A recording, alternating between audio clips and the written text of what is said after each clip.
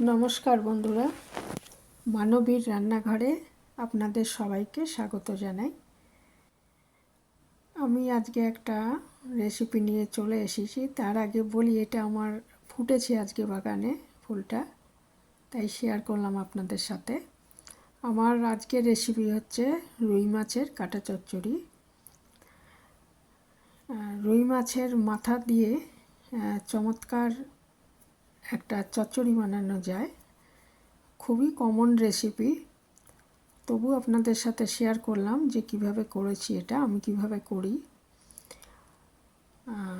এর জন্য আমি দুটো রুই মাছের মাথা নিয়েছি, আর আমি 3 পিস মাছও নিয়েছি। মাছটা অপশনাল, মাছের টুকরো দিলে একটু খেতে ভালো হয় বেশি, ওই জন্য আমি দিই। শুধু মাথা দিয়েও করা যায়। তো এগুলো আমি ভালো করে ধুয়ে নুন হলুদ মাখিয়ে রেখেছিলাম 10 মিনিট মতো। তারপর একটা কড়াইতে সর্ষের তেল দিয়ে, অবশ্যই সর্ষের তেলই করবেন রান্নাটা, মাথাগুলো আর মাছের টুকরো খুব কড়া করে ভেজে নিচ্ছি। একটু কড়া করেই ভাজতে হবে, তাহলেই ভালো লাগবে এটা। খুব কড়া করে ভেজে নিচ্ছি। আর ওইদিকে আমি একটু মশলা করে নেব। 3টে মোটামুটি বড় সাইজের পেঁয়াজ, আর 1 টুকরো আদা, আর 10-12 কোয়া রসুন এর মধ্যে নিয়ে আমি একটা পেস্ট বানিয়ে নিচ্ছি। এটা গ্রেট করেও নেওয়া যেত, তবে আমি সাধারণত পেস্ট করেই বানাই, ওই জন্যই পেস্ট করে নিলাম। আর এইভাবে দেখুন, আমি মাছের মাথার মাছগুলো আস্তে আস্তে ভেজে নিয়েছি। আঁচটা মিডিয়াম রেখে ভেজেছি। তারপর ওই তেলের মধ্যেই আমি 2টো আলু কেটে ধুয়ে রেখেছিলাম, সেটা নুন আর হলুদ দিয়ে আমি ভেজে নিচ্ছি খুব ভালো করে। আর আমি একটা বেগুনও কেটে ধুয়ে রেখেছি, সেটাও ব্যবহার করব। শীতকাল হলে এর মধ্যে একটু বিন কড়াই বা ফুলকপির ডাঁটা এগুলো দেওয়া যায়, তবে আমি সাধারণত বেগুন আর আলু দিয়েই করি। বেগুন আর আলু তো সবসময় পাওয়া যায়, এমনি শীতকালে করলেও সাধারণত এই দুটো জিনিস দিয়েই করি, তবে শীতকাল হলে অন্য সবজিও দেওয়া যায়। আলুটা একটু ভেজে নেওয়ার পর বেগুনগুলো দিয়ে দিলাম, দিয়ে এটা ভালো মতো একটু ভেজে নেব আগে। আর ওদিকে কিন্তু আমি মশলাটা করে রেখেছি। মশলা হচ্ছে 3টে পেঁয়াজ, 10-12 কোয়া রসুন দিয়েছি, আর 1 টুকরো আদা টুকরো করে নিয়েছিলাম, ওইটারই পেস্ট বানিয়েছি। সেটা দেখুন আলু আর বেগুন ভাজা হয়ে গেলে তার মধ্যে দিয়ে দিলাম লাল লঙ্কার গুঁড়ো, যেটা ঝাল লঙ্কার গুঁড়ো আর কি, সেটা দিয়ে দিয়েছি।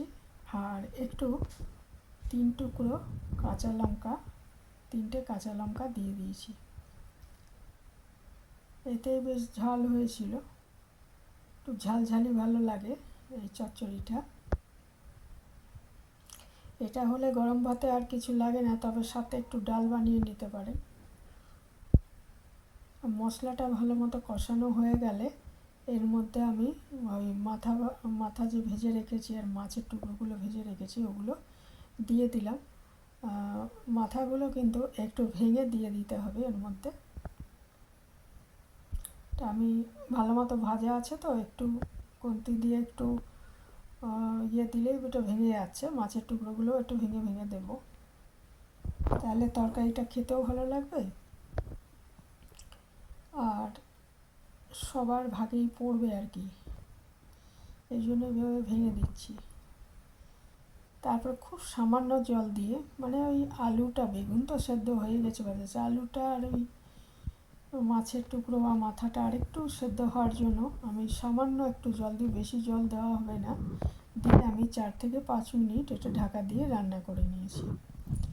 তারপরে ঢাকাটা খুলে দেখুন, এটা আলু টালু আমি দেখে নিয়েছি সব সেদ্ধ হয়ে গেছে। তারপরে এটা একটু শুধু, আর ঢাকা দেবো না, মিনিট 5 ঢাকা দিয়ে রান্না করার পর এটা খুলে এটাকে আমি খুব ভালো মতো সব কিছু মিশিয়ে নিচ্ছি আর কি, তাহলে এটা রেডি হয়ে যাবে পরিবেশনের জন্য। তো আমি দেখে নিয়েছি আলু সেদ্ধ হয়ে গেছে। বেগুন তো অলরেডি সেদ্ধ, বেগুন সেদ্ধ হতে আরও কম সময় লাগে। আর মাছের মাথাগুলো আমি খুব কড়া করে ভেজেছিলাম, মাছও তাই ওই মিনিট পাঁচেক ইয়ে করলেই দেখুন আলুগুলো একদমই সেদ্ধ হয়ে গেছে। এটা হয়ে যাবে তো আমাদের রুই মাছের কাটা চচ্চড়ি একদমই রেডি। এখানেই শেষ করলাম, ভালো থাকবেন সবাই।